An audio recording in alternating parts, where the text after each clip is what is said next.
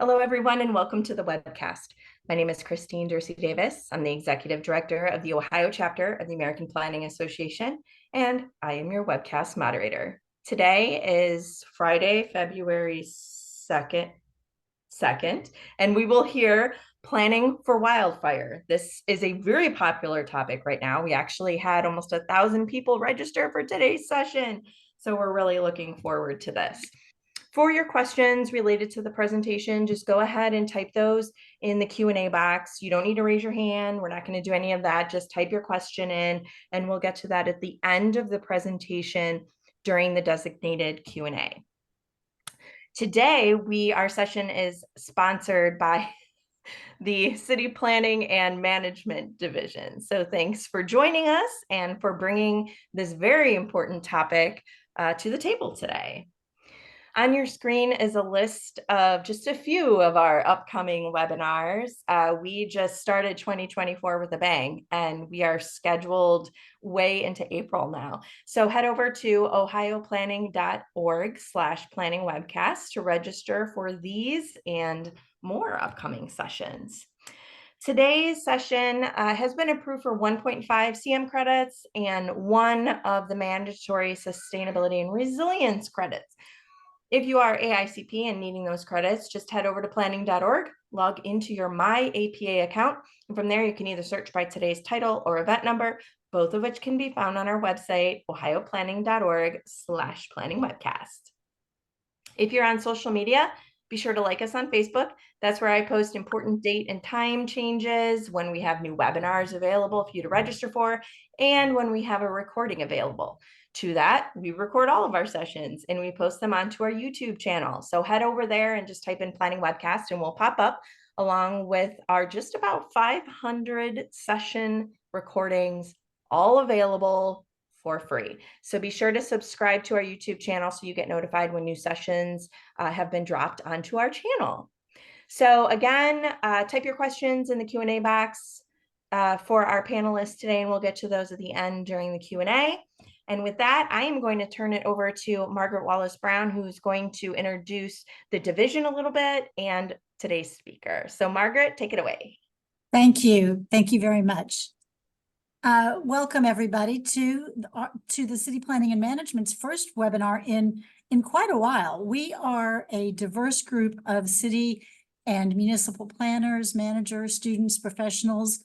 Our goal at the City Planning and Management Division is to support municipal planners and managers because so much of the work they do affects all areas of our planning world and our planning experiences. And so we are here to support you. If you work for a municipality, if you are a manager of some level in a city government, come join us. Join the City Planning and Management Division.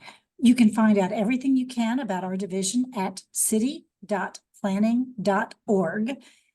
We've got our calendars up, and when we're having our next grant and scholarship application rounds, we support city planners often by providing them reimbursement for AICP exams and study materials. We also support planners who want to attend the NPC either online or in live in Minneapolis this year. We will be announcing next week that we have our new grant opportunities open for up to $1,000 reimbursement expenses for going to NPC, again, either in Minneapolis or if you're going to join the online version. So be on the lookout for the announcement coming up next week in our newsletter. If you're in Minneapolis during April, come join us at the reception that we are co-hosting with Sustainable Communities, New Urbanism, and Housing Divisions. That's scheduled for April 14th, 5:30 at Brits Hub in Minneapolis. We're excited about having more than a couple hundred planners together to talk about all these important efforts. So come join us at either the reception or at our annual meeting, which will be Sunday afternoon around lunch at the Convention Center. I'll have more details for that on our website soon. So with that, I'm going to kick it off and introduce to you our speaker today. Nicole Henningfield is a wildlife, is a wildfire management professional. She's been active in the wildfire mitigation and defensible space since about 2019, when she apprenticed under Dr. Jack Cohen with the Rocky Mountain Research Station.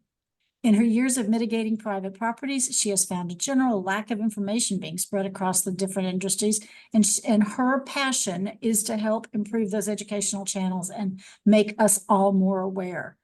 She also has a passion for dogs, and she is a responsible dog owner, because the last time she and I talked, she was taking her pup to manners class. So we all applaud that. So Nicole, handing it off to you. All right.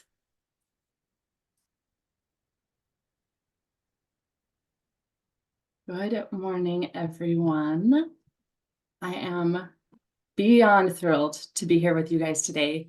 Like Margaret said, my name is Nicole Henningfeld. I'm a wildfire mitigation professional. I got my start originally, actually back in 2018, technically. I was living in California at the time for an internship and saw Paradise burn down. I couldn't believe my eyes, and it put this mountain town-sized pit in my stomach that I just couldn't get rid of.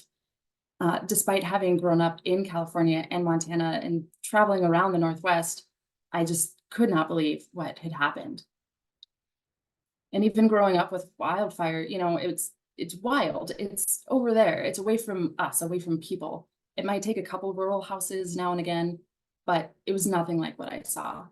So how is it possible in the modern day, when we have all the access to fire-resistant materials and firefighters and tankers and engines and drones and satellites, how could something like this happen?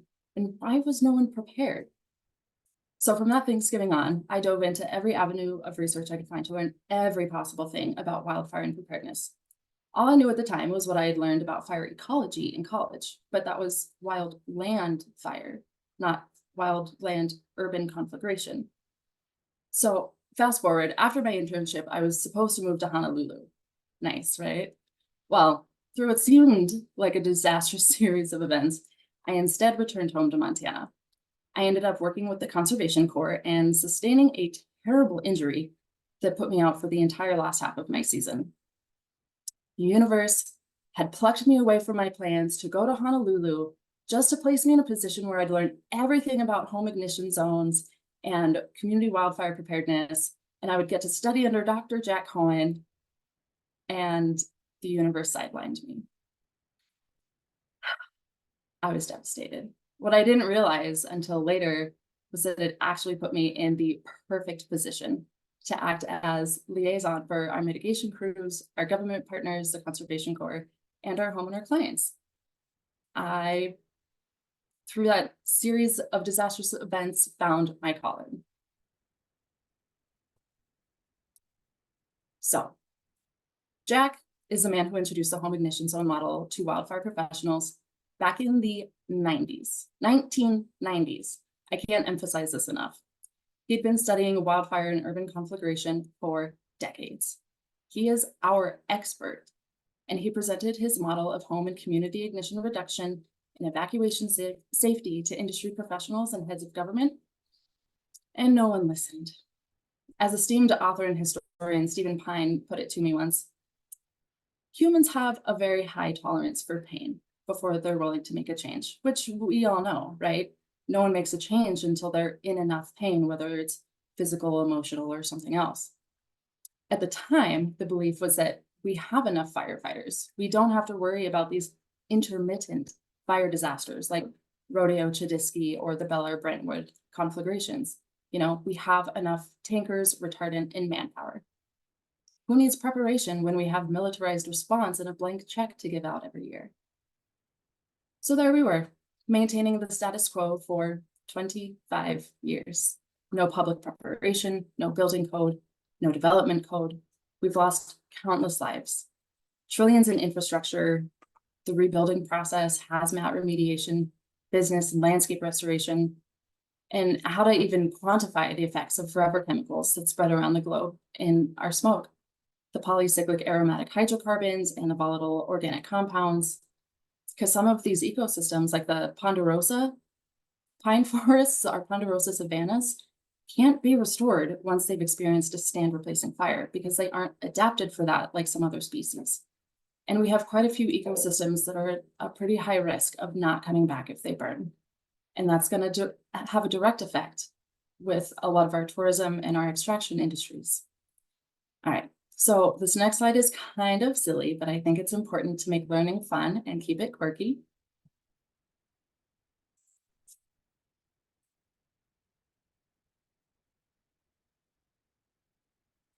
All right, so I have kind of an unusual academic background. I got my degree in psychology.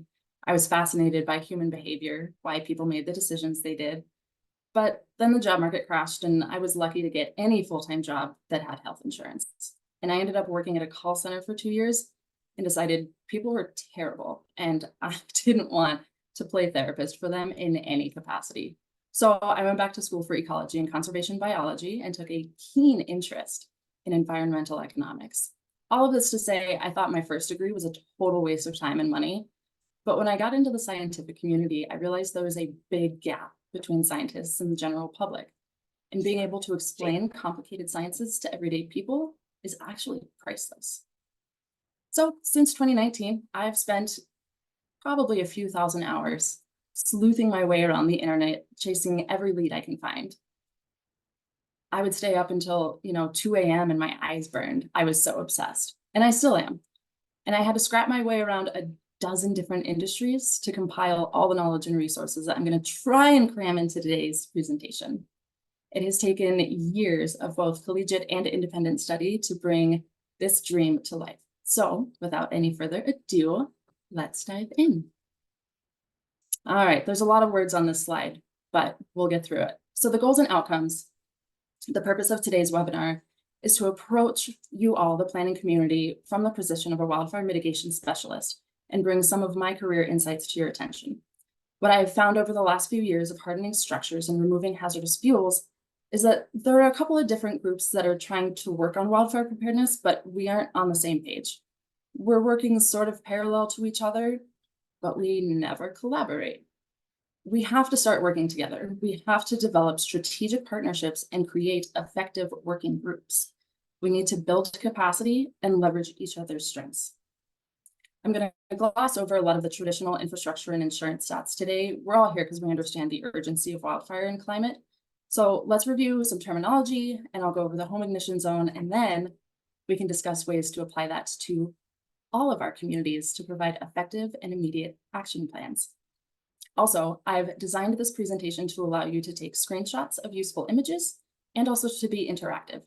So feel free to comment as we go, send a thumbs up or hearts, whatever you feel is most appropriate. And also, I escaped COVID without having to do a ton of Zoom meetings, so I'm not as used to this as most of you are. So if it gets too quiet, I feel like I'm talking to myself and I get really nervous. So feel free to interact as we go. Final piece of housekeeping. My personal disclaimer, I don't pretend to have all the answers, but having worked in multiple states with different organizations and different cultures, I've learned a few things. And if I want to find a way to get us as a society from point A to point prepared, I need to collaborate with others outside my industry and bring more people together. More industries, more knowledge, more solutions. At the end of the day, urban conflagration has a simple answer. I'll say that again for the people in back. Urban conflagration has a simple answer. But it's our modern misunderstanding of wildfire and high density housing developments that are going to be our biggest challenge.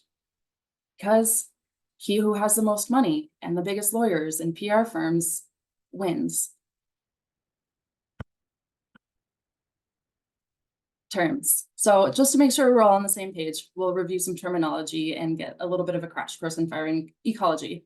And hopefully you all have seen The Princess Bride. If you haven't, stop watching this and go watch Princess Bride and then come back.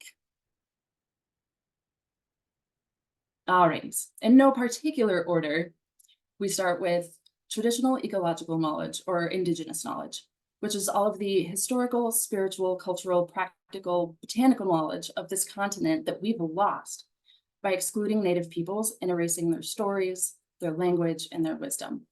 Thankfully, there's been a big shift in the last few years to restore Native voices and their wisdom.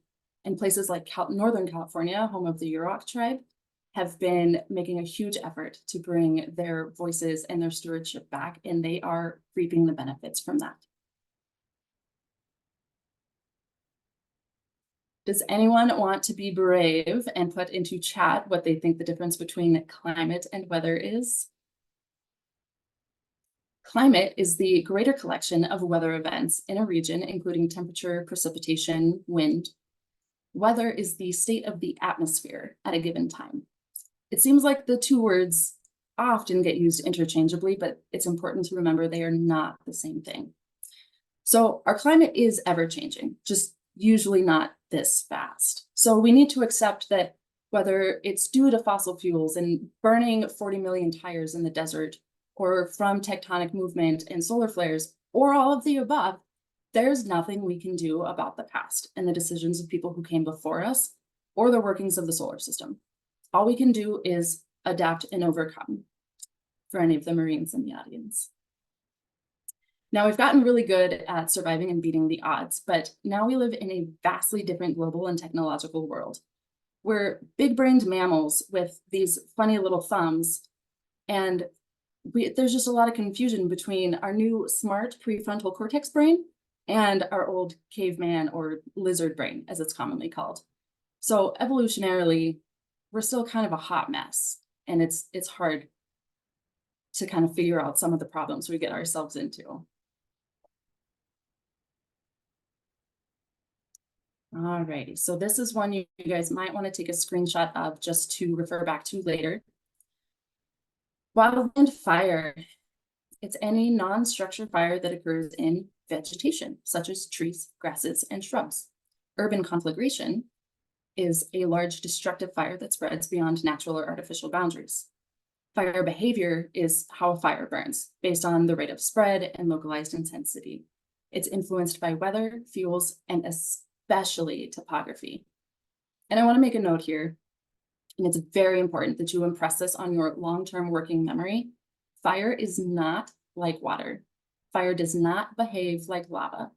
It is not a tsunami of flame that destroys everything it washes over, nor does it explode everything in its wake.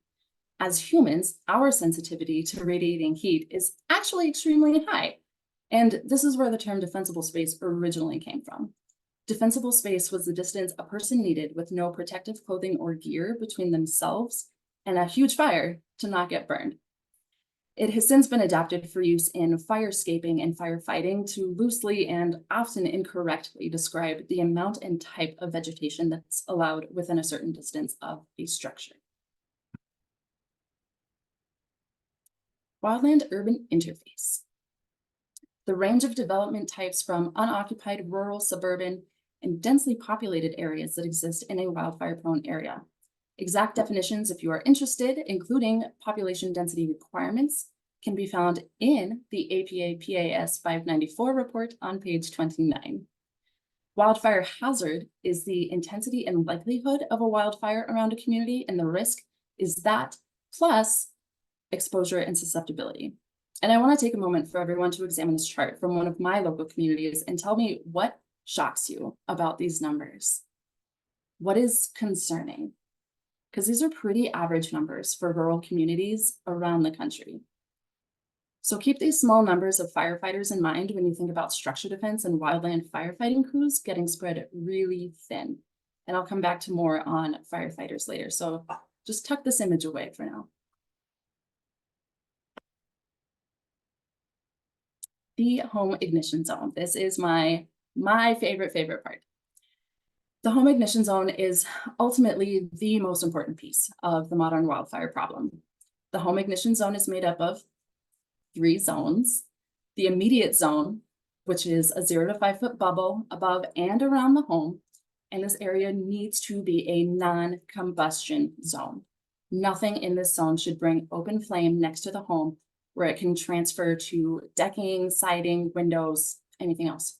Remember, if it touches the house, it is the house and needs to be protected accordingly. The intermediate zone is 5 to 30 feet out from the home and usually incorporates our side yards in the front and backyard, With our current trends in landscaping, it's often a well-irrigated monoculture grass lawn or a bunch of weeds. In their own way, green lawns are naturally resistant to burning. However, under drought conditions and water use limits, they can and do still burn. So keep it away from the side of your house or your deck. In this area, you can have beautiful landscaping and garden features. One of the biggest myths in mitigation is people think I'm going to come to their house and say, cut down everything and you have to rip out your favorite flowers. And that couldn't be farther from the truth for so many reasons. What you need in this area is discontinuous canopy cover or islands of vegetation. Basically, treat wildfire and your plants like we had to treat each other with COVID. Just keep your distance. Your tree canopies should be about 12 to 16 feet apart and limbed 6 to 10 feet up. And any plants growing beneath that tree are called ladder fuels and need to be removed. The extended zone is everything from 30 feet out to the property line. For some people, that might be 100 feet or a couple acres, or for those in more densely urban areas, that could be as close as 4 to 8 feet between their wall and their neighbors. And this is the kind of urban density and crowding we have to be the most careful with and put the most consideration into. At such close proximity, even these more heat-resistant materials like our vinyls and composites stand a little chance. Modern building materials need at least 60 feet between their walls and open region flame. Even if you have a stone exterior, the interior sheathing materials may still combust from the heating of the stonework, or you could get embers coming into your house when your windows fracture and break. In a perfect world, every home would be spaced 60 feet apart to allow for the heat to dissipate enough that it wouldn't transfer to a neighbor and cause direct structure-to-structure ignition.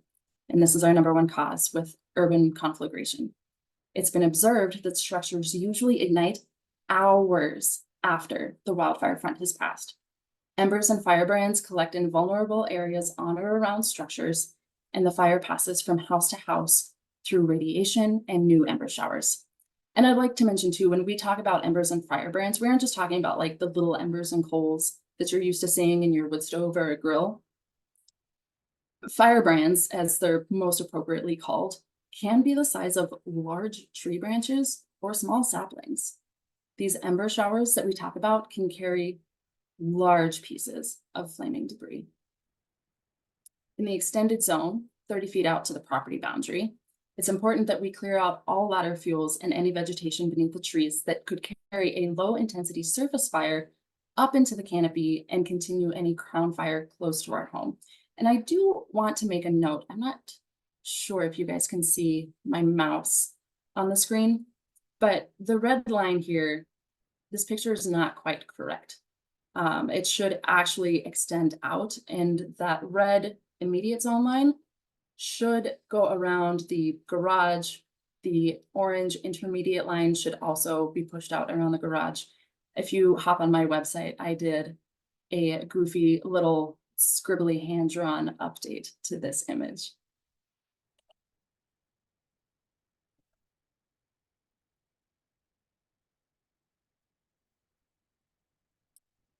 And this is just a prime example of being very aware of what you have on and around your home. I have so many people who think that their house is perfectly prepared for wildfire, and yet I see these old wooden fences or old wooden decks. Now, this isn't to say that you have to tear out a wood deck or a wood fence and you have to replace it with Trex or stone or anything like that. You just need to be considerate of how close it is to the home, if there's anything you can do to put like a fire retardant gel on it before wildfire rolls through. There are options, but it's simple things like an old fence that can bring fire from the grass up to our house.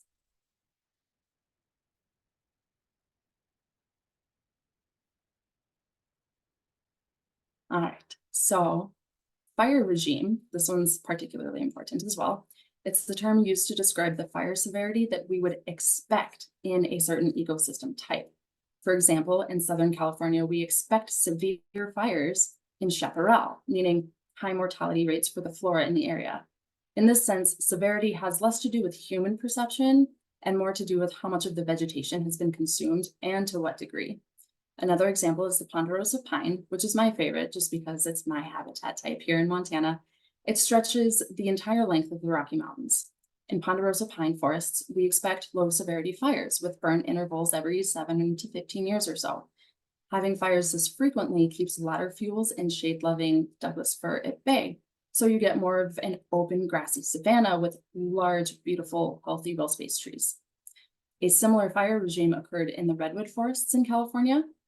Historically, there were frequent low-intensity burns, and that would keep the shade-loving trees and shrubs from crowding out the redwoods. With our history of fire exclusion and suppression, these fire cycles have been greatly disturbed, which has allowed shade-loving plants to grow thick in our otherwise fire-adapted and fire-tolerant forests. And you'll see a little bit more on the next slide.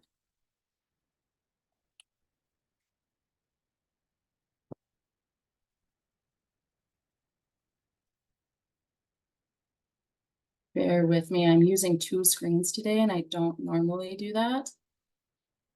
But I don't have all of the things on my laptop that I need for you.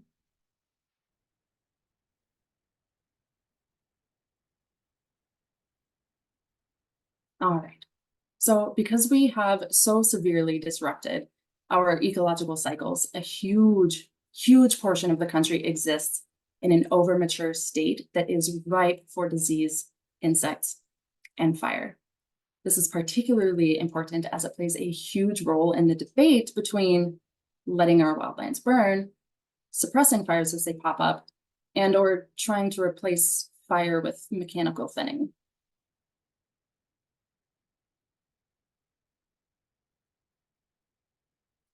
Fire mosaic is one of my favorite terms. I think it's so beautiful, and it explains how fire should naturally occur on the landscape based on topography and local moisture levels and fuel buildup. Fires would burn unequally across the landscape.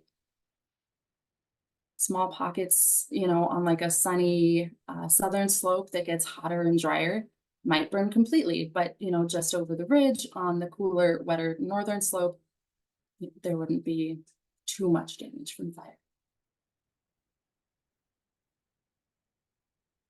Last but not least, we have the mitigation, thinning, and defensible space. Mitigation simply refers to active efforts to prevent high severity, high intensity burns in areas we don't want. Thinning refers to the mechanical process of removing vegetation, either with the use of hand tools and chainsaws or larger equipment like masticators and feller bunchers. All right, now that we're all on the same page with terminology, we can get to the fun part. In order to understand where we are, how we got here, and how we can move forward safely, we have to at least have some basic understanding of where we came from.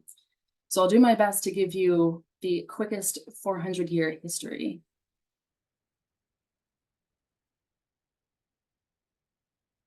So the North American continent is a fire-adapted ecosystem.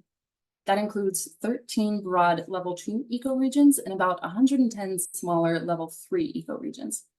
For the sake of today, we're most interested in understanding the broad ecoregions, and I have them listed for you at the top of the slide. Each of these regions experiences fire at different intensities and at different intervals. And the continental US, on average, gets 40 million lightning strikes per year. So imagine what the landscape must have been like before the Forest Service was out there extinguishing everything. Consider too the cultural burning practices that many native tribes had before colonization. Imagine how all these true wildfires would have burned across the landscape and created those fire mosaics. And consider too that there weren't any disrupted fuel beds or fragmented ecosystems, so fire was free to travel from grasslands into forests, which kept encroaching conifers at bay. When trees are moving into grasslands and taking over the prairie, that's what we refer to as conifer encroachment. And that is what takes an ecosystem through those different successional stages into the mature and climax community, and then it's ready for disease, fire, etc. All right, this part's a little depressing, I'll just warn you. The culture of plundering that came with colonization for trapping and manifest destiny caused catastrophic ecosystem destabilization and near extinction of keystone species, such as the sea otter and the beaver and the North American bison. Now, the beaver and the bison are of particular and direct importance for wildfire. Beaver have a critical role in landscape architecture, landscape health, and water conservation. This may seem like a lot that one simple animal is responsible for, but I promise their impact and their importance cannot be overlooked if we want real solutions to wildfire, climate change, and carbon sequestration. Generally, riparian areas or wetlands won't burn. Under extreme conditions like we're seeing more of, they will. But having more beaver on the land, especially in arid places like Utah and Colorado, part of their historic range, will help protect the landscape from intense fires. Now that the beaver has been largely removed, we've all but thrown a match in our own backyards. For more information, I highly recommend that you pick up a copy of Eager, The Secret Life of Beaver and Why They Matter by Ben Goldfarb. I could hardly put it down, and it is one of my all-time favorite nonfiction reads. As an aside, beaver ponds are also excellent at sequestering nitrogen and phosphorus, the fertilizers that cause toxic algae blooms and dead zones along our coastlines. Without healthy beaver populations, we're going to continue ice skating uphill. The picture on the right here is of people creating beaver dam analogs, or BDAs. We have to create makeshift beaver dams in places with extreme erosion or cattle degradation or other issues because we've removed the animal, but we need its ecological benefits back. I had the awesome opportunity to make a couple of these in the Nez Perce land in Idaho. If you get the chance to be part of a BDA project, do it. Even if the water's cold, just jump in. You will not regret it. The North American bison, believe it or not, was also a keystone species. And I say was because they have also been systemically removed from the landscape and set aside in special parks and preserves as colonists moved west. However, their role in grassland productivity and nutrient cycle across the Great Plains was foundational for the Central Prairie habitats. A lot of the issues we face today with conifer encroachment and cheatgrass and massive grass fires in the central part of the country is due in large part to the removal of the bison, as well as the introduction of large-scale commercial agriculture. More depressing news, bear with me. Early logging cleared approximately 98% of America's original and old growth forests. The fact that we have any old growth forests along the Cascades in Oregon or Washington, or even the redwoods in California, is an absolute miracle. With the way early logging companies progressively clear-cut the forests from the East Coast up to Maine, all the way through the Midwest, Wisconsin and Michigan, they were starting to get all the way out to Idaho, Washington, and Oregon. This insatiable need for lumber stemmed from the British need for firewood. They had clear-cut all of their forests in the 1300s and were out of wood for cooking and heating their homes. Compound that with various war efforts in the 17, 18, and 1900s, and naval and commercial endeavors, and the lumber industry was just booming. Also, driving the rampant harvest was the expansion of the railroads and the mines, which needed good lumber for ties and support structures. When it became clear that there wasn't an endless supply of massive trees for harvest, the Division of Forestry was created to protect the remaining forests and force logging companies to reforest the lands they had harvested and begin practicing regenerative logging practices. Now, I spent the last 2 years in Wisconsin, so I have mixed feelings on the effects and the planning with that reforesting effort. Prior landowners just created these unhealthy tree farms, at least the ones that I saw, unhealthy tree farms, and lined pine trees up in rows for miles. This limits biodiversity and ecosystem resilience, thus making it a huge modern day fire risk. Even more unfortunate, I was told by a local forester that a lot of those existing trees aren't even a desirable species for today's lumber market. So we have thousands of square miles of underutilized, high fire risk habitat.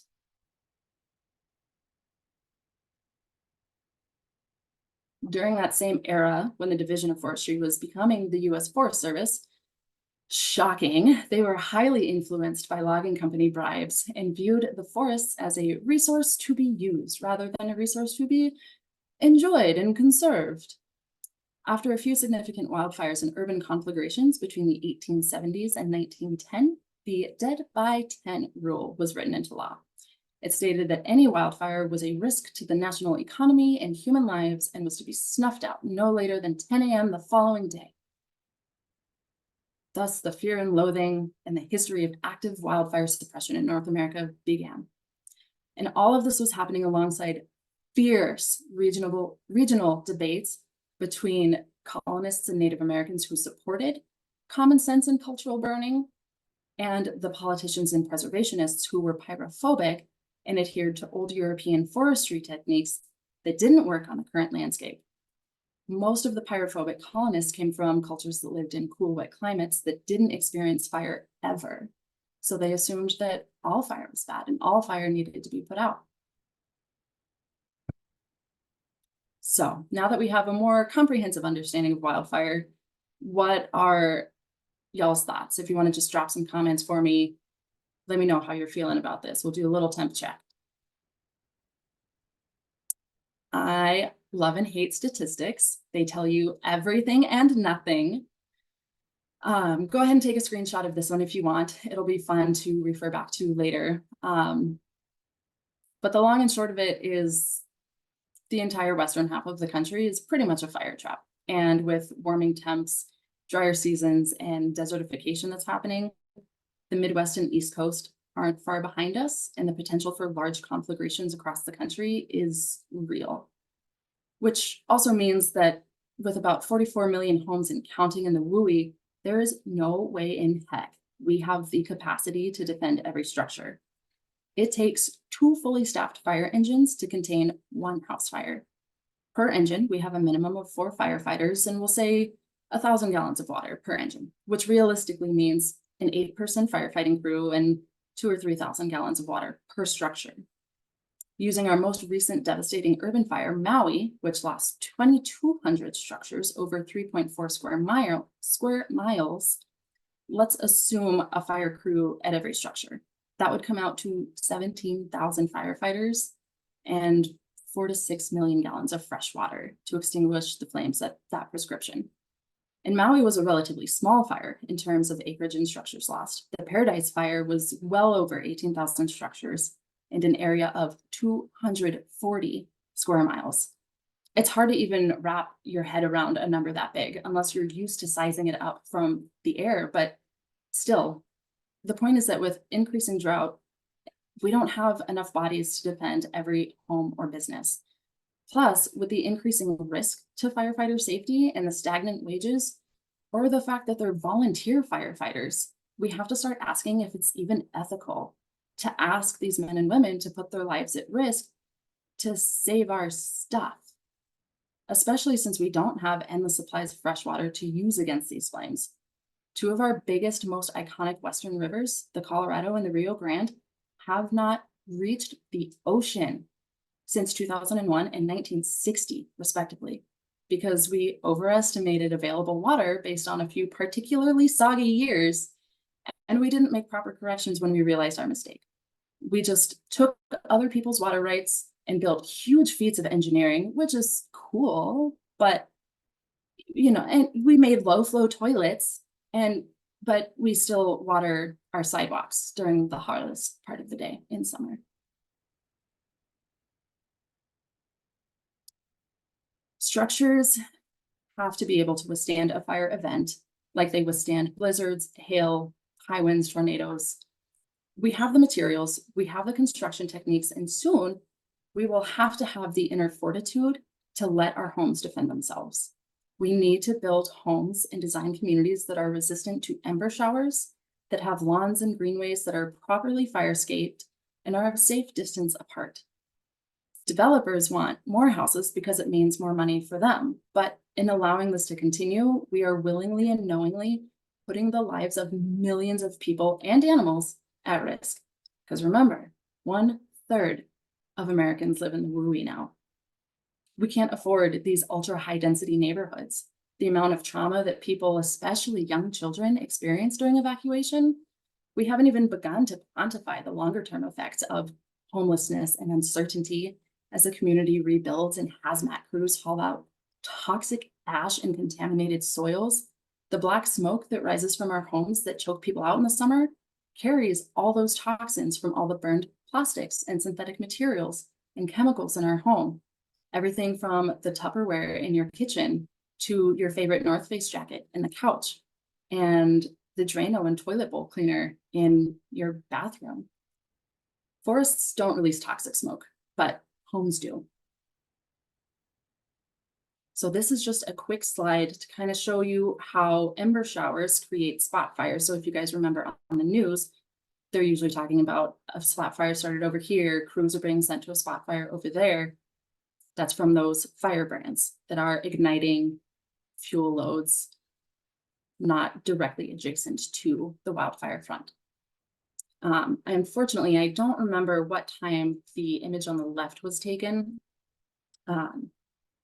But these two images are just to show that houses ignite well after the wildfire front passes. And it's just a reminder, fire is less like a river and more like angry rain. Because really, it's not the flaming front that we have to worry about most of the time. It's the ember shower.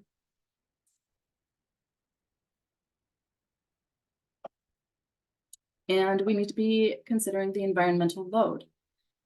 Thinking of all the toxic waste buildup and hauling that off of foundations and taking it to the dump. Whatever doesn't get burned up might be recycled or reused, but pretty much everything goes into your local type 3 hazardous waste landfill. Nothing gets remediated, just buried. In addition, rebuilding isn't cheap or easy. With the skyrocketing costs of building materials over the last few years, the last thing we need is for millions of Americans to be rebuilding at the same time and overloading their local Lowe's and Home Depots and Ace Hardwares. Everything from the cost of a simple 2x4 to shingles has increased. I watched some wood products triple in price in a single summer. Now, we started the webinar with a brief introduction to the history of logging in North America, and the last thing we need to do is repeat the past and wipe out our forests, trying to quell our insatiable appetite for lumber. And one might argue this would be a great time to look into alternative biomaterials and new building tech, but that's a brain tease for another day. And also, when we think about, usually we think about wildfires in like mountainous regions, but I specifically wanted to include a picture of the Maui Harbor here so that we can also think of the effects on our coastal habitat and coastal communities. It's not just us mountain folks or us prairie folks who have to worry about fire. Does anyone want to take a guess at the cost of rebuilding after any given urban conflagration? Direct and indirect costs are estimated to be upwards of $400 billion with a B, billion, depending on, the extent of the damage, the location, the real estate prices, local economy, and so on. It's estimated too that productivity decreases due to smoke exposure cost about $93 million in losses per year. And the effects linger into following years and can cost an additional $50 million per year afterwards. Extreme wildfires, as we know, interrupt ground and rail cargo transport and everyday travel. They degrade and destroy watersheds, our reservoirs, and municipal water storage systems. Okay, now to the fun planning part and looking critically at our communities. It should be pretty clear by now that wildfire is an everybody problem. If we want to start surviving fire events, we have to look at things from a group perspective. This is a huge collaborative effort, the boss level of all group projects for any gaming nerds out there. All right, so there's a blown up version of that photo. This infographic is a pretty good start. As you can see, there are recommendations for landscaping, and it should be noted that the landscape design includes rural and urban lots, as well as commercial and government-owned lots. Forest management projects within kind of the WUI and especially near essential watersheds or waterways are critical. Like some of the places we have to actively protect, prioritize. Number one, any forested areas around our watersheds.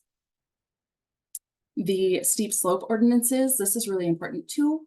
As some of you have probably seen either locally or on the news, when we have a very destructive fire that comes through, it turns the soil into a hydrophobic crust. And the next rain, everything washes down and you get these massive destructive debris flows. You get entire trees or house-sized boulders that just go rolling through people's homes. With building codes, again, it's not just about the design of the home, but also about the overall construction. Like I mentioned earlier, with the stone siding, you could have a metal roof because metal won't combust. But if you don't have the appropriate sheathing underneath to go with a Class A rated construction, your roof could still combust and burn your house from the inside out. Land preservation tools says to encourage agricultural lands to buffer development from wildfires, but one thing we should really be looking at is increasing natural biodiversity and letting nature do her thing. We can use nature as a buffer against fire, and not just fire, but also other extreme weather events like our increasingly common 100-year floods or extreme windstorms. Now, let's go ahead and skip forward. Trivia time. So one thing that I found the most interesting when I started putting this presentation together for you guys was just the change in housing over the last few decades. Part of how in the world did we get here? How did we get to this point? Lot sizes have shrunk. I know the picture on the screen says San Diego, but that's fairly appropriate for most states. And then again, you can see average size of a new home. Granted, as with all things statistics, it doesn't tell the whole story. For example, in Montana, it says that our average lot size is like 10 acres. But we still have cities and towns and rural communities where people are placed much closer together. So this is, but it's not accurate, but it's a good way to kind of show general trends in development and building.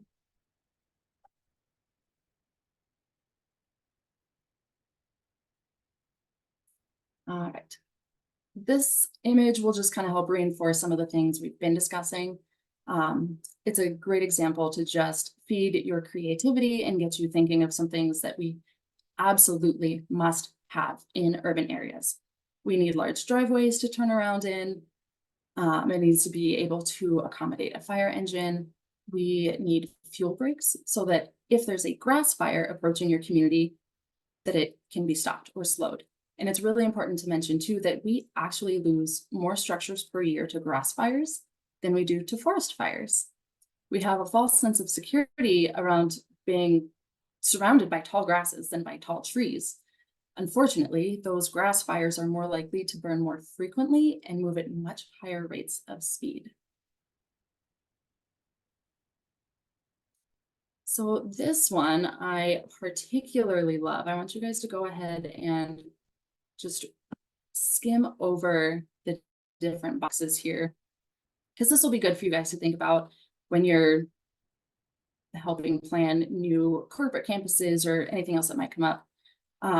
Things we want are, open spaces where there's lower fuel loads. So if people, have to get in their car and pull over somewhere, they have somewhere safe to be where they won't have a tall flame length under their car or something that will burn quickly, and then they can stand in a safe, like post-burn area.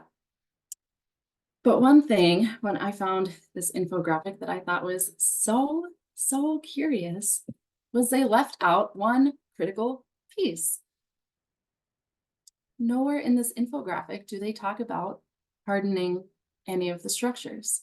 I mean, sure, they say use non-flammable material, but embers still get in through vents.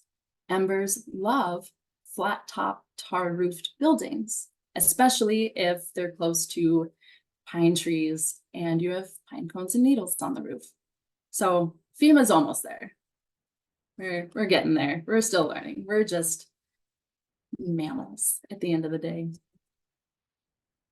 Now, I added this last section last night. So one of the things that I thought would be really, really important and really great to go over with you guys is the CWPP, the Community Wildfire Preparedness Plan.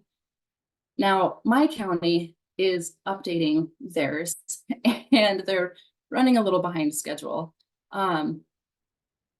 And personally, I love CWPPs just from like an ecology standpoint. And I'm like, oh, wow, this is great. Look at all the different forest types we have. Cool. You know, because you look out the window and you're like, trees. I see trees. But for all of the stuff, I know the slide is super busy, but I mean, it looks like we've got a lot of stuff in here, right? Like, oh, yes, this would be a great document. Oh, wow, 80 pages. I'm going to learn so much. Well, maybe not. I was having a conversation yesterday with a group, or 2 days ago, with some of the folks in one of our community wildfire councils.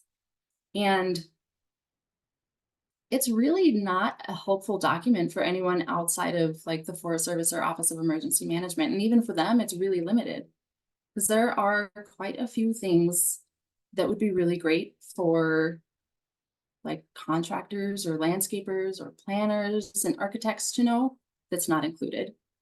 And there would be some really great stuff to include for homeowners too that is not included. So then the onus falls on the homeowner to figure it out.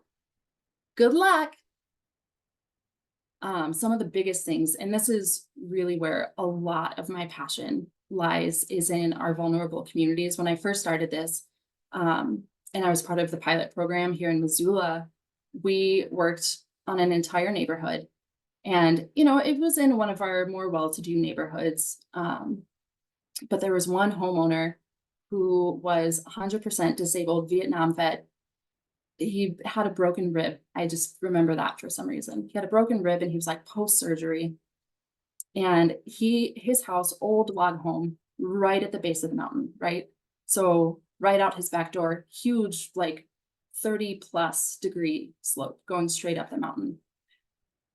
And he had a ton of juniper trees, which you may or may not know, but that's a highly volatile plant and something you do not want around your home because all the oils will combust. It will burn hot and fast, and then also take your home with it. So this gentleman had a bunch of juniper shrubs growing up under his deck and like trying to take over his house, and just, it was totally overgrown. If you sneezed wrong on this man's property in the summer, the whole thing would have gone up, but he couldn't afford our services and they were relatively cheap. You could get a 4 or 8 person crew for $500.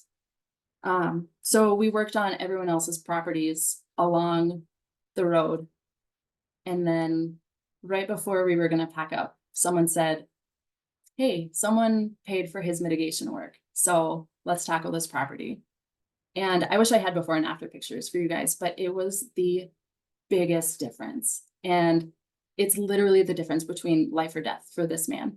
You know, even if fire comes through that neighborhood and, you know, he evacuates in time, if he were to lose his home, being a vulnerable population, you know, would he ever have found a new place to live? Would he just be homeless and forgotten about? Does he have anyone who can advocate for him? Does he know how to advocate for himself? You know, so safety isn't a luxury. And we have to be looking at wildfire as a community effort. It's not just a house here and a house there, an HOA over there. It's all of us. And ultimately, if you want to be super selfish about it, like, your neighbor is your biggest risk. So you want to make sure that they're doing the things that will keep all of you safe. And that was one of the hardest parts when I was doing defensible space, is we would go around and we would clean up people's properties, but not tell them to not have stacks of firewood on their porch. So I am working on a new education program for homeowners as well as building and design professionals to try and bust out a lot of the wildfire myths, but then also just show people how to think outside of their own backyard. We need to think about our vulnerable populations. What about, Mr. and Mrs. Jones down the road? They're 86 years old and they don't drive. Do they have an evacuation plan? Can they clean out their gutters? Should you go help them? So there's a lot that we can be doing to improve our safety.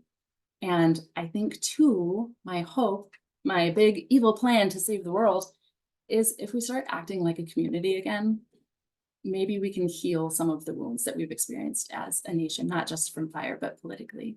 And it starts by helping your neighbor just clean their gutters and making sure that when you look at your neighborhood, you're looking at it from an entire like street-wide landscaping effort. Because at the end of the day, with ember showers and surface fires, it's about fuel beds and fuel loads and continuous fuels travel. So I hope that that helps you all and is a good place for you to start. Do you guys have any thoughts on how you can use this information to prepare your communities and what changes you might want to make? Or do you have a fire safe council? Do you have a fire-wise neighborhood? Do you want to start one? Do you know someone else who's super excited and has more time who can facilitate and take charge of something like that? So, because I know that I gave you guys it's like drinking from a fire hose, I've got this slide so you can take a screenshot if you want. Some of my favorite trainings and resources. Currently, I think we really only have 2 wildfire mitigation trainings in the country right now. One is through the NFPA. They're certified wildfire mitigation specialists. And then the other one is Coalitions and Collaboratives out of Colorado. And that's the wildfire mitigation best practices. Otherwise, I've got a couple of references on the right here for either really awesome authors and researchers or books that I thought were just foundational in everything. And then front and center, a take-home plan. Like, what can you do? Where can you start? And how can you be the change? It starts with getting in touch with our tribal elders, build a fire safe council, work with your environmental NGOs, urban foresters and utility companies, especially. I know our local utility companies are just thrilled that I've reached out to them and they're like, yes, please come help us. We don't want to burn the town down.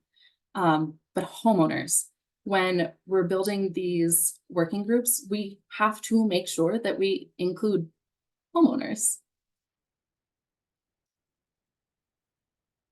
So if you are interested in getting in touch, this is my contact information. Otherwise, I think we are ready to move into the Q&A. Yeah, we've got a lot of great questions. And I'm coming in hot, no pun intended, or maybe pun intended, with our first question. Frankly, it's a question that I've been thinking about throughout this whole presentation, and it's come up in various iterations here.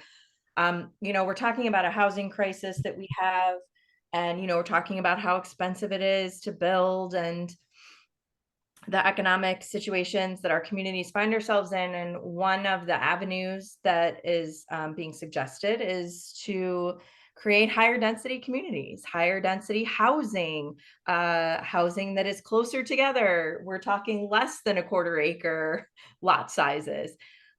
So how do we balance those types of things while also thinking about fire safety?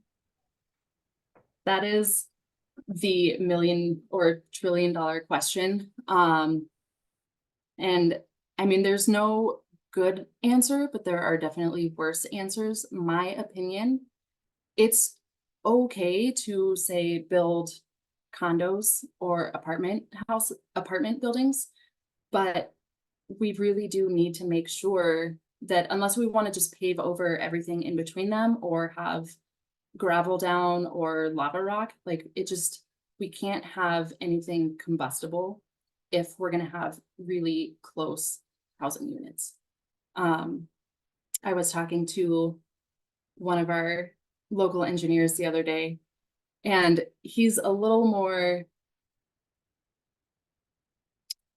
old school, I guess you might say, and he's like, there's always gonna be a housing crisis if you keep building, they're gonna keep filling up and you're gonna just keep the same. But I mean, the truth is, like, we live here, we want to live here, our jobs are here, families. The best thing I think to try and bridge safety, but also just environmental health in general, both for fire and for everything else, is one, if you have to put houses or buildings close together, just make sure there isn't any fuel buildup, whether that's just from the landscaping or from people's trash. But make sure that the available green space and landscaping that you do leave has appropriate vegetation and has the natural plant life that it should. In part to help fight invasive species, but also for like, don't use plants in landscaping that take a lot of water. You know, if you live in Southern California, put Southern California drought tolerant plants, and because you can still make that pretty, you can still make it beautiful. But I think there is a way to balance it, and I think it's just going to come with time and practice.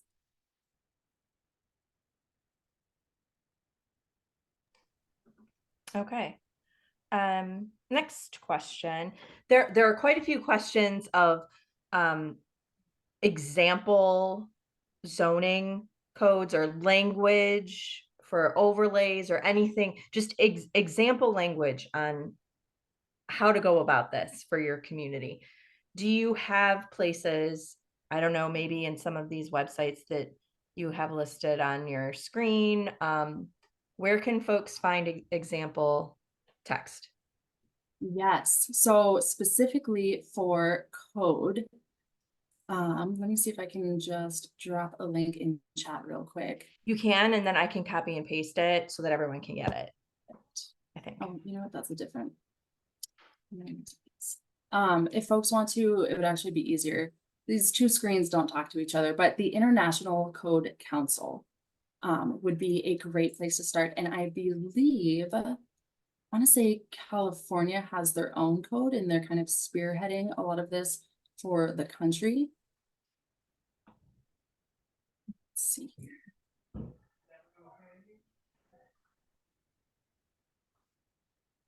Yeah, you can find some stuff in the Washington State Legislature, International Wildland Urban Interface Code.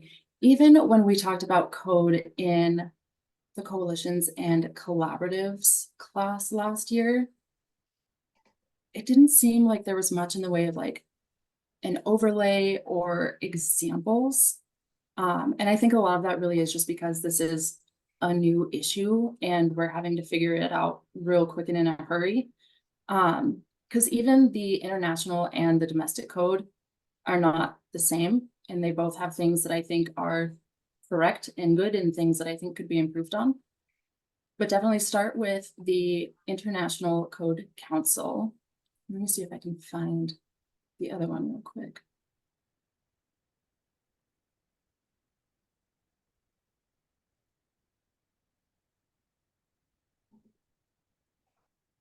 Building America Solutions Center, the International Wildland Urban Interface Code. Because even for things that I've read, I don't remember seeing any graphics or any recommendations. So that's going to be something we have to figure out together. Next question, and I thought about this one too. So even if development in my community follows guidelines, what about the neighborhood up the hill and everything blows downwind towards our community and our rivers and our streams and just completely eliminates any of the work that we've done? Do you have any experience or any thoughts on how we can work with our friends around the borders that also potentially have issues with fire? 100%. So if you have a neighboring community that's like, tra la la, we're not going to worry about it, it's not going to happen here, and you guys are all downhill, downwind, you're like, cool, we did all the home hardening and the structure hardening and the fire escaping that we need to do, but you guys are still putting us at risk. Absolutely, they are. But if you've done the work, there are no guarantees in life, but you are 99.99999% safer from experiencing a structure loss, just for having done the work. But when it comes to talking to people, this is something that is difficult. Even in my conversations and interactions with people here, they're like, no, I live in town, I'm safe, it's fine. It's going to take more than just either like a passing interaction. You're going to have to try and find a way to connect with them on a deeper level. So maybe if you are friends or you have an existing relationship, try to leverage that and show them how fire could affect their community. Well, first, how it would affect them, because ultimately we care about our house and our safety and our families. So make it personal for them, and then use pictures, try and tell a story and show them how their efforts or lack of efforts are actually very dangerous. There's a couple questions asking about how we deal with solar farms with ground mounts, things like that. And you know, our last webinar back at the end of January was on battery energy storage systems. So like literally giant buildings that are essentially batteries that can cause a lot of problems if they catch on fire, just because of what's inside of them. So things like that, you know, as we are in an age of finding alternative energy sources, perhaps we don't know as much how they interact with wildfire, or we can assume we do. But do you have any suggestions or research on how to go about that, knowing that, you know, if a community wants and needs solar and there's an opportunity for solar, they're going to do it. And so to not, Absolutely, you know, would not be economical, but also we need to be sure that we keep everything and everyone safe. Again, that just comes back to making sure that you have your ember resistant mesh covering any intake vents, nothing combustible around the building that's storing all of the batteries. Just making sure that everything is as fire proof as possible. And then from the actual building and the batteries inside, that's going to be more of your NFPA, National Fire Protection Association, more of their structural fire component, for which they've got just pages and pages of code and tons of booklets. But that would absolutely fall more under kind of the, I guess, chemical management or potentially hazardous materials management, and then how they've built their structure and any like firewalls or any other fire protection sprinklers that they would have inside. So they're definitely an option. I wouldn't say like, don't do it, it's dangerous. Just go into it with open eyes and thinking about, if this, then what? You know, how could things go wrong? And if they do, what can we do to mitigate? Because, I mean, something will always go wrong. So hopefully we have a plan. For communities that maybe haven't really looked at this, or at least from the planning angle, I know personally, if I were to just think about this topic, I'd be like, well, that's a building code situation. That's not a planner situation. So how can, you know, when we're thinking about trying to do something in our communities, like where should we start? What do we do as planners? Where do we start with this conversation if we are uncertain that really anything has been done out, you know, outside of code for buildings, like when we're talking more spatially? Definitely. Yeah. Start with your Office of Emergency Management. They should have a wildfire person, depending on what state you live in, but they should have a wildfire plan. Definitely check and see if on their website they have an updated CWPP, Community Wildfire Preparedness Plan. Reach out to your local, Forest Service, BLM, Park Service, and start just building some of those connections. And actually, I will go back a page. Here we go. Front and center, right in the middle. So just develop strategic partnerships. Think about who would be interested in the message. It could be your local climate action group. It could be your university forestry department students, but see who's open to your message, who can help disseminate it to other communities or other groups of people, and just start building that core group of, your local fire safe council or your wildfire smart community meetings. But definitely start with Office of Emergency Management, reach out to any local Forest Service or similar agencies, environmental nonprofits. And you can also check on the NFPA website. You can look up local Firewise communities, and you might be able to find some local spark plugs, I think is what they're called, to see what they're doing in the community already, if anything. Great.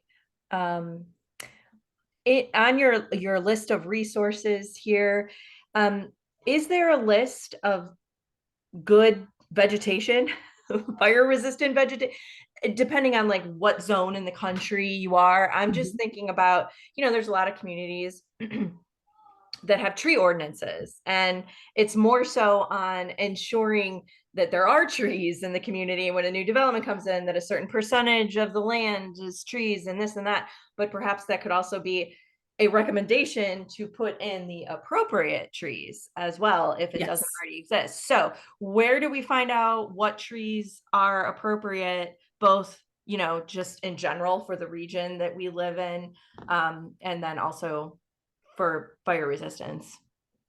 No, that's an awesome question, and something that I'm working with my local urban foresters on. But you can go to your local university extension office website.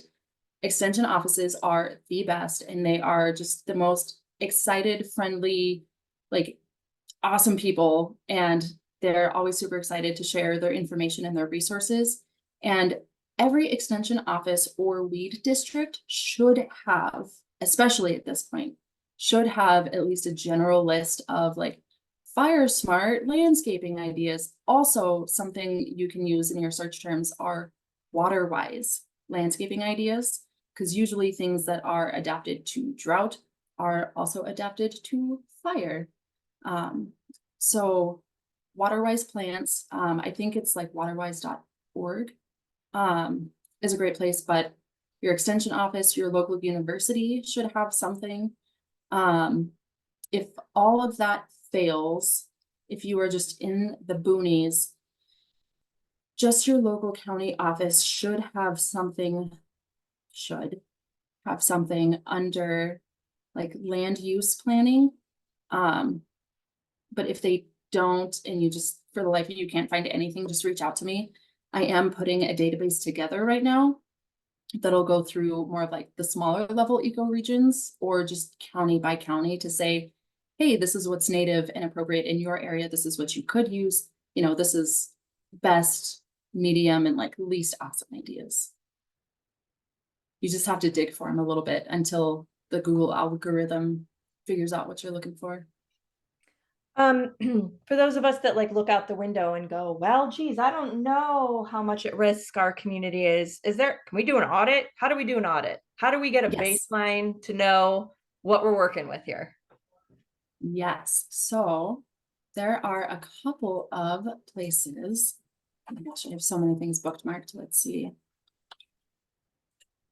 Are there any questions you don't have an answer for or a resource for? Because you seem to just be able to answer everything. I'm going to try to find a really tricky one. Well, I told you I was sort of obsessed with all of this, and it's like, yeah, you meant it. I'm going to my find a real reasons tricky one. yeah, hit me with a curveball. Let's make this interesting. And I told you I wouldn't, but I just might. Do it. Hit me with your best shot. So FEMA, I might, because I've got a couple of, like I said, I've got a million things bookmarked. If you want, I can just put together an email of all of them, or like a spreadsheet for people, and then everyone who was on the webinar today, it can just like go out to them or put it with a web link for later. But yeah, I have gobs and gobs and gobs of resources. Okay. This isn't a curveball, but I saw this question come through and thought, wow, that's a really good question. So we have a national flood insurance program. What about a national wildfire insurance program for high risk fire areas? If I understand correctly, I think the answer is yes. So we don't have a national fire insurance policy. And I'm not super familiar with like the flood insurance, but in places like California, and I think Florida and maybe not Utah, but I think California and Florida for sure, they have state insurance. Because, oh, fun fact, forgot to mention this, we have $1 billion disaster every 18 days now. So insurance companies and reinsurance companies, like their backup money, their backup bankers, obviously are freaking out. So everyone's just pulling out left and right. But we do have some state plans that, you know, some people are either like, oh my gosh, we're so grateful just to have anything at all, or they're like, wow, this really sucks. I'm just better off like hoping for the best. So there isn't anything nationally that I'm aware of yet, especially since it's such a new landscape, just new and fast changes every year. But I genuinely believe, and from everything that I've learned from Dr. Cohen and his like 40 years of fire investigations and mop up, if you just make sure that you don't have pine needles in your gutters and you like sweep off your roof and you move the firewood away from your deck or just pull it inside, like just don't have anything that's going to catch your house on fire. All of our building materials are already pretty fire resistant. So just don't like be out there holding a lighter to your gutters.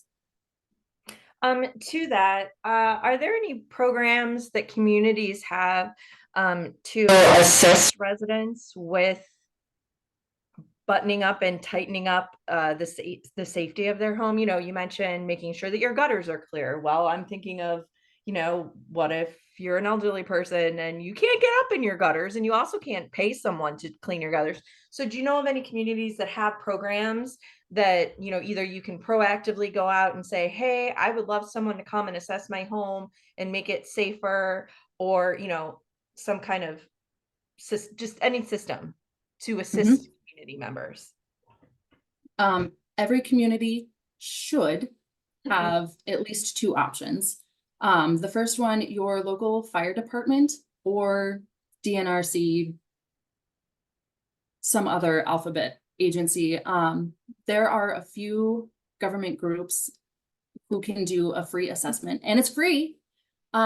It's super quick. You will have to be a little more proactive with them. I've heard a lot of mixed reviews from homeowners that say like, oh yeah, they came and did an assessment and then I never heard from anyone again and I don't even know what they found. But you can, if you go to the NFPA's website, nfpa.org, they have their assessment available for free online. I do think it has its limitations, and I have actually developed my own much more comprehensive home assessment for people. That does factor in things like, you know, vegetation around the driveway and how wide is your driveway. But yeah, you can either do the assessment yourself through what's available through the NFPA's website, or you can reach out to me. I'll send you my new version. And then as far as like getting the work done, if you broke a hip and like you can't move, your local Department of Aging and Disability Services oftentimes has a program for community volunteers where they can recruit people for different projects. And I actually just got a partnership with the Missoula County Department of Aging and Disability Services, so I can do exactly that That's for great. my community. Oh, okay, wonderful. And just so everyone knows, we have over 50 questions in here, so I will not be able to get to all these questions. So don't think I'm just ignoring you. I can't get to all of them. All right, so let's fast forward and say that there was a wildfire and it got out of control. Because that is very real, and we know even whatever best efforts we put into it, sometimes it happens. How do we go about it? How do we build from the ground up, assuming that it was pretty catastrophic? What are things that we need to do as planners? What are things that we need to think about as planners? And I guess this is just kind of any disaster recovery. Generally speaking, we could probably, whatever you say, could be used across the board for other things as well. But what do you tell our planners when this happens? You're going to be in it for the long haul, for starters. Like, it's going to be a 10-year recovery plan. I have tried reaching out to some of the folks in Paradise on their rebuilding efforts to kind of see what they've done, what's working, what isn't working. But I haven't heard back from anyone. And I think I sent out about 20 or 25 emails to the city employees. I would recommend a good place to start is actually with a lot of the nonprofits in the area, specifically in Paradise. They are a lot more open about what they're doing for like remediation versus restoration, what they're doing for, helping communities get the resources that they need. The nonprofits are going to be really where it's at when it comes back to, oh my gosh, how do we start all over again? And that is another piece of the puzzle that I'm trying to put together right now. Because I hope we don't, but I'm pretty confident in thinking that we will lose more communities before we get all of our ducks in a row, and we will have to start from ground zero. But what I would recommend, especially when FEMA is there helping, just stay in active communication with your community members, with the people who say, I'm going to stay, this is my home, let's rebuild. Just keep communication lines open with them and talk to them about what they want, what they need, what's reasonable, what, should they expect. So I don't have a great answer for that, but we as a country don't really have one yet. And we'll be wrapping up here in just a minute because I've been slinging questions at you for the last 25 minutes. What in all of your research that you've done, like what percentage of wildfires cause other massive environmental concerns? Like A percentage? Yeah. You Like, know, something else ends up exploding, or there's other all of a sudden they're testing soils and there's chemicals that weren't there before. And, then that just opens up a whole other can of worms. Or, like you said, something ends up in the water. And I mean, is it pretty much guaranteed that there are other environmental impacts just besides the burning of physical structures? yes and no. So I think from a percentage, it's actually much lower than we would think, because if you think about it, we've got thousands of fires that pop off across the country every year. And some of those are in, more remote areas. So we're like, just let it burn. It's 100 miles away from the nearest town. It's going to be fine. And actually, there are a lot of studies that show that without the disrupted fire regimes and fire cycles, fire is actually critical to returning a lot of nutrients to the soil. And there are actually a lot of plants that need fire to like open their cones and release their seeds. So it's a yes and no. But percentage of like super disastrous fires, it seems like a lot just because media portrayal. But I would say, it's the extreme wildfire events that cause kind of that soil crust to form that causes like flash floods and debris flows, water quality issues. But otherwise, normal or like within the normal range wildfires should not cause any sort of catastrophic ecosystem change. As long as there's nothing like someone threw out a whole carload of batteries in the back 40. Yeah. We should be fine. Which, I mean, that's possible. That's a thing. I've seen weird things in the woods, yes. No. Okay. Any parting thoughts for our hardcore group of planners that are on this webinar on a Friday afternoon? You guys are going to be our first line of defense, I think, in helping make sure that we build resilient communities, that we find solutions to building enough housing for people, but also building it safely. Because it's not just making sure that it's not going to burn, but we do also need to have that open landscape so that we have just our local ecosystem. Like it's not just about us, but the birds and the bees and the butterflies too. We need to make sure that we still have all that native natural landscape.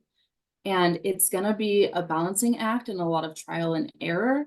And you are going to fail. My favorite thing to remember is fail means first attempt in learning. Don't forget that. We're going to make mistakes, and that's the learning process. But we can get through it, and we are going to do it together because we don't have a choice. Well, this has been fun, also depressing, but also fun. This has been great. Welcome to every day of my life. So sorry about that, but thank you. Thank you, Nicole, for joining us. And Margaret, if you're in the background from the City Planning and Management Division, thank you for sponsoring today's session. Clearly, it was a very popular topic.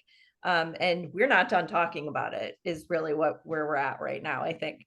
So everyone, thanks for joining us. I could stay all afternoon. Oh, I could tell. I think we're gonna have to do a part 2. So I want to thank you. This is Margaret. I want to remind everybody, go to city.planning.org and check out all the other opportunities that the City Planning and Management team has, the division has. We look forward to welcoming you to our reception at NPC and get involved. We are looking for volunteers every day who can do small jobs, big jobs, anything you want to do, we have a need for it. So come see us. Thank you, Christine. Thank you. All right, everyone, have a great weekend and we'll talk next time. Bye-bye. Feel free to send me your questions too, and I'll answer them. You might regret that. Never, literally never. It might take me a minute, but that's okay. This is my full-time job. It's fine. Bye, everybody. Bye, guys.